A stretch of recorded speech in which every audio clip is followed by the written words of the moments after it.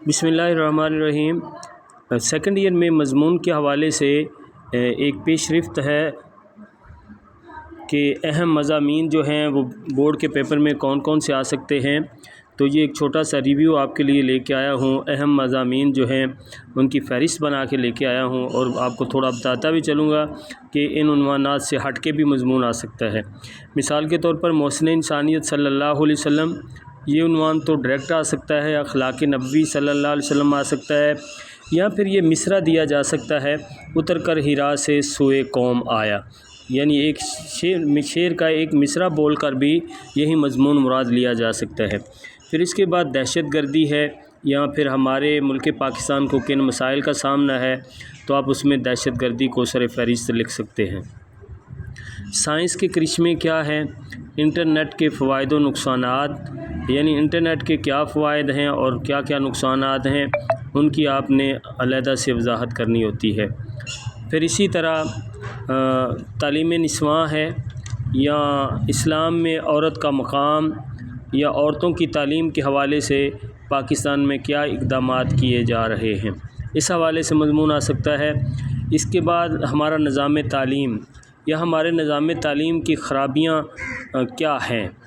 اس کے بعد اتحاد عالم اسلام، یا پھر یہ ایک جو ہے وہ مصرع بھی دیا جا سکتا ہے، ایک ہو مسلم حرم کی پاسبانی کے لیے، تو اس میں آپ نے اتحاد عالم اسلام مضمون ہی لکھنا ہے۔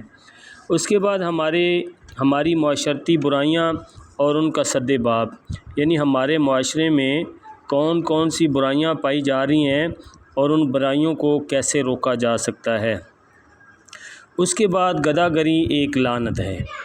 اور ایک اور مضمون جو میں اس میں اضافہ کرنا چاہوں گا، قومی شاعر، قومی ہیرو ڈاکٹر علامہ محمد اقبال، اس کا آپ ان کے علاوہ ایک مضمون کا اضافہ اس میں کر لیں گے، تو مجھے امید ہے کہ آپ کا یہ جو مضمون کا سوال پیپر میں آتا ہے یہ آپ کا کلیئر ہو جائے گا۔ ایک بات ذہن میں رکھیں بیٹا، مضمون لکھتے وقت ہیڈنگز کا استعمال نہیں کرنا، پیراگراف کی صورت میں مضمون لکھنا ہے، اور پیراگراف کی صورت میں مضمون لکھتے ہوئے یعنی جو حوالہ جات ہیں، ریفرنس ہیں، وہ آپ نے مارکر کے ساتھ لکھنے ہیں۔